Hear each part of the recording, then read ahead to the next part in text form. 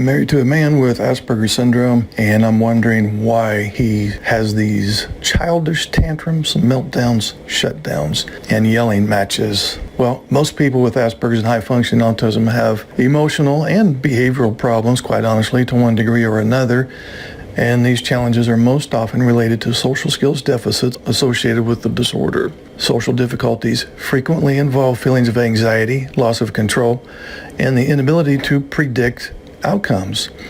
So as a result, these individuals usually have problems connected to their inability to function in a world that they see as threatening and unpredictable.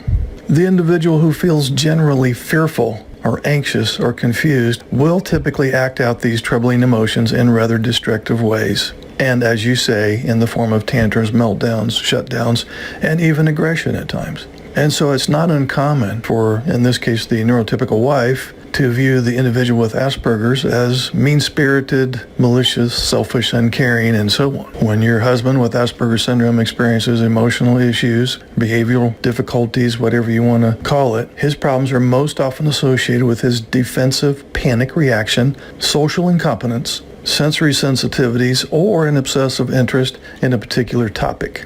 Because people with Asperger's tend to be cut off from their feelings, they obtain facts and information without understanding how those facts can be applied to real-life situations. Also, due to being detail-oriented, they often miss the overall picture and apply the same level of detail to every situation, whether appropriate or not.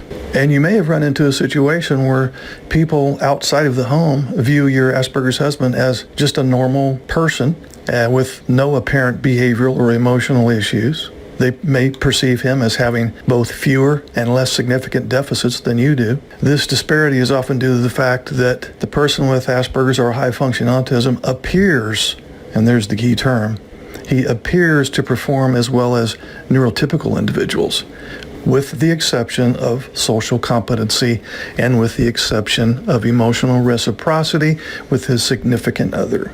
Other areas that individuals with Asperger's syndrome experience difficulty would be concrete and literal thinking styles, difficulty in discerning relevant from irrelevant stimuli, inflexibility, difficulties in the areas of problem solving and language-based critical thinking, obsessive and narrowly defined interests, weakness in comprehending verbally presented information, poor organization skills, difficulties in arriving at logical solutions to routine and real-life problems, and problems in applying skills and knowledge to solve problems.